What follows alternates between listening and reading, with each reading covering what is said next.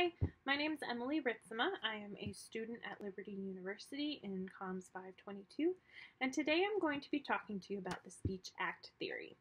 The two theorists most often associated with this theory are John Austin and John Searle. Two Johns, makes it a little easier to keep track of. John Austin is kind of known as the founder of the theory. He's the most associated with the theory. And he was the White's Professor of Moral Philosophy at Oxford University in the 1950s when he created this theory. He was drawn to the study of language because of its centrality in human activity, because basically we can't do much without communicating. We're constantly communicating. And he also appreciated its role in philosophy.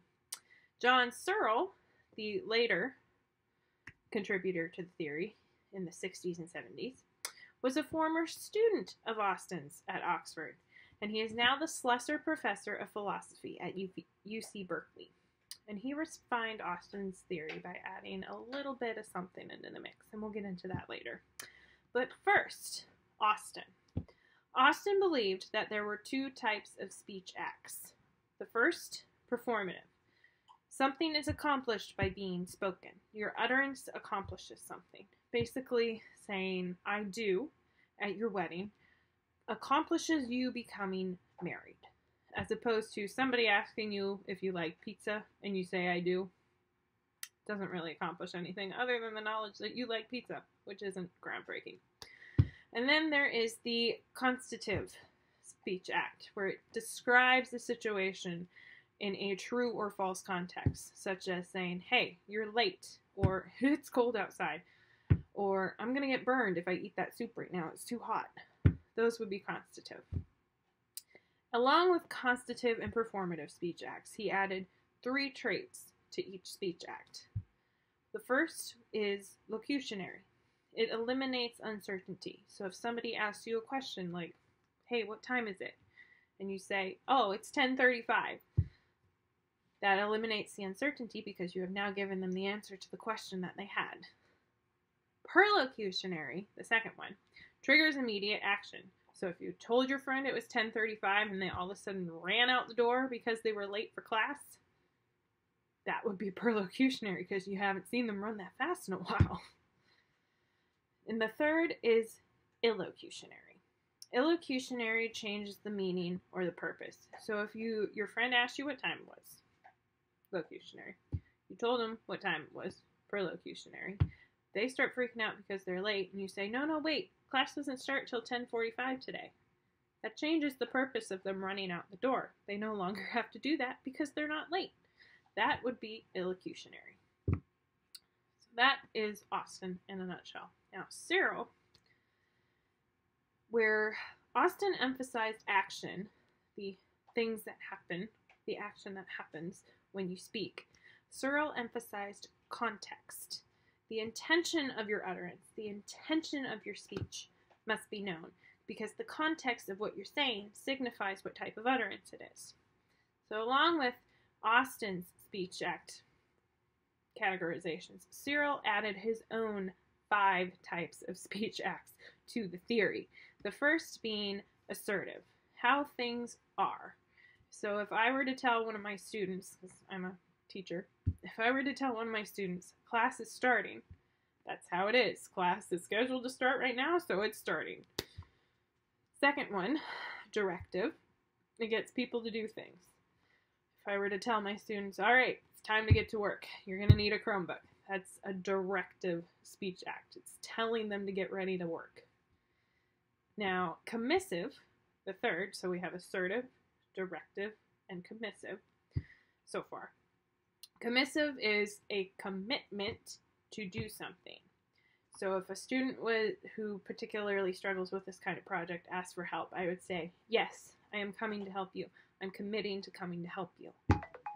The fourth, number 4, expressive, feelings, emotions. If that student's excelling with this all of a sudden, they're doing really well and they don't need my help so much, I might say, you're doing a great job. I'm so proud of you.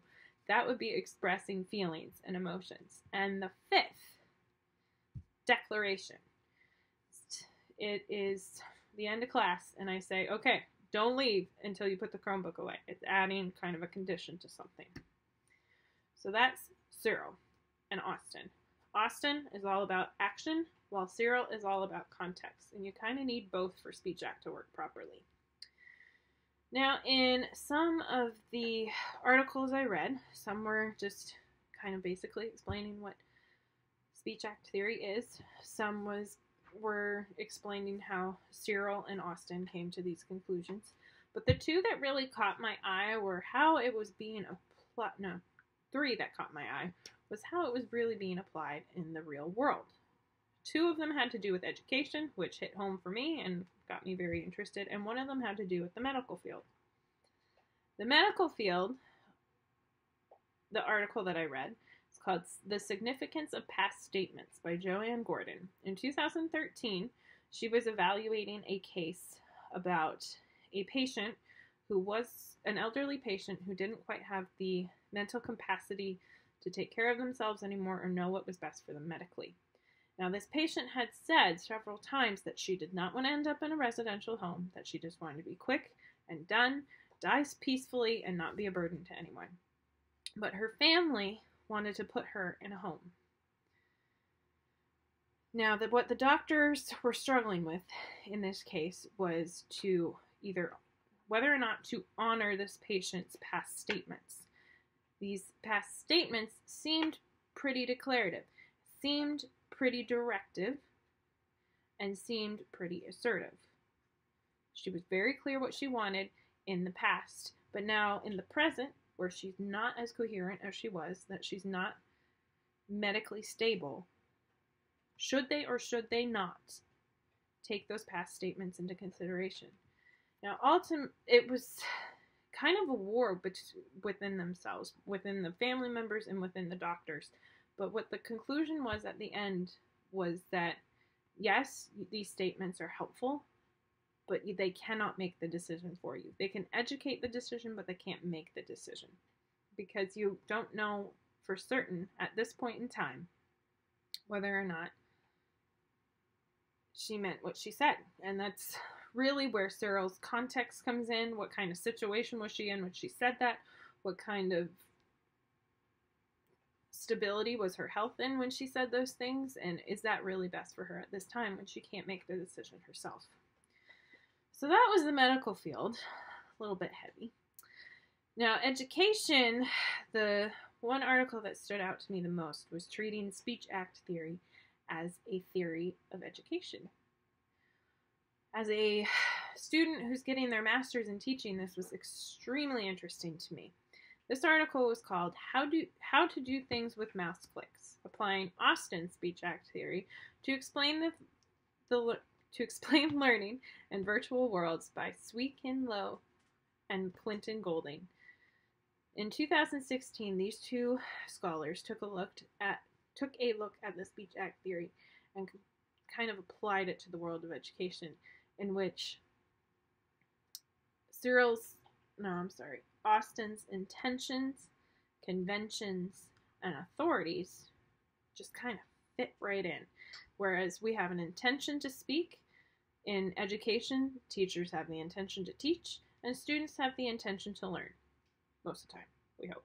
We're all here to learn, right? Conventions were how schools were run, how policies were put in place, and how procedures worked within the classroom. These were all conventions that influenced the rest of the school, that influenced the rest of a student's day or a teacher's day. And then authorities.